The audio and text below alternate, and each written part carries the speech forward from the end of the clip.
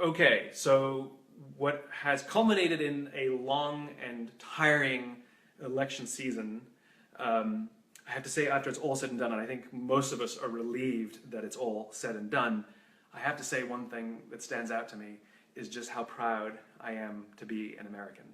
Make no mistake of it, this election reflected a popular revolt. This is a populist revolt. And in any other nation in the world, it would not have gone like this. There were no bullets fired. There's no rioting. There's no cities burning down. The way that our people express their opinions is they go to the polls and they vote.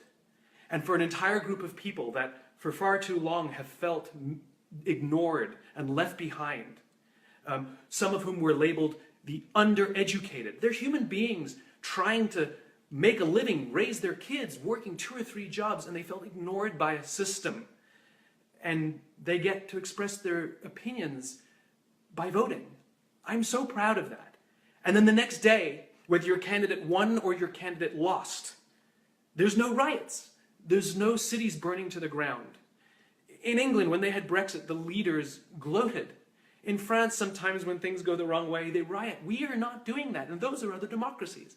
I am so proud to be an American. Now, we still have to go back, and we still have to take some accountability for this insane election cycle that we had. I believe we get the leaders we deserve. I think they are a mirror reflection of us. And it's not just them who are divided and divisive and narcissistic and want to put their self-interest ahead of the greater good, who are short-termists. That's us. That's how we're running our businesses. We are short-termists. We're the narcissists. We're the divisive ones. We're the ones who aren't listening. I think we need to be the leaders we wish we had. We have to practice good leadership. We can't all be victims of a system. We have to be the leaders we wish we had. We have to be more inclusive. We have to try and understand everyone's fears and insecurities, not just one group or another. If someone expresses anger, instead of reacting to the symptoms, we have to say, "Are you okay? Tell me what you're feeling."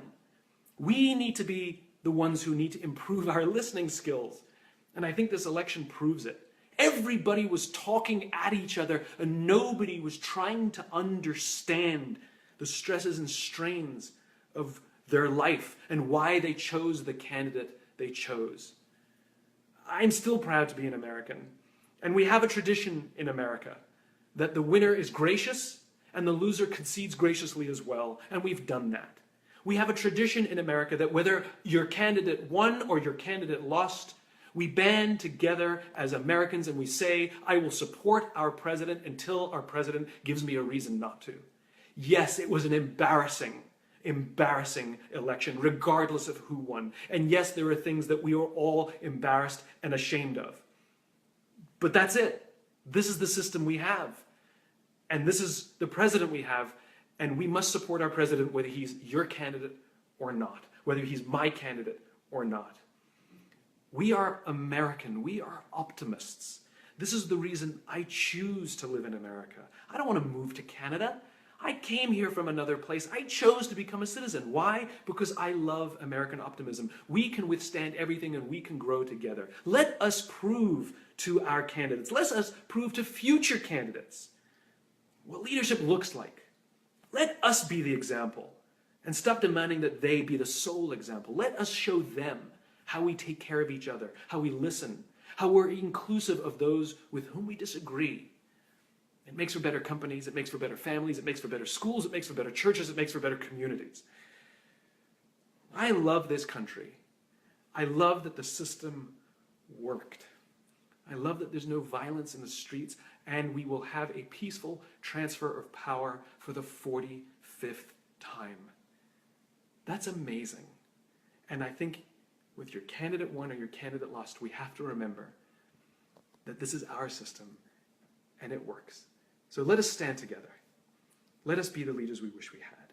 Let us work hard ourselves to prove and to make sure that future elections are civilized and open-minded and inclusive and there's listening.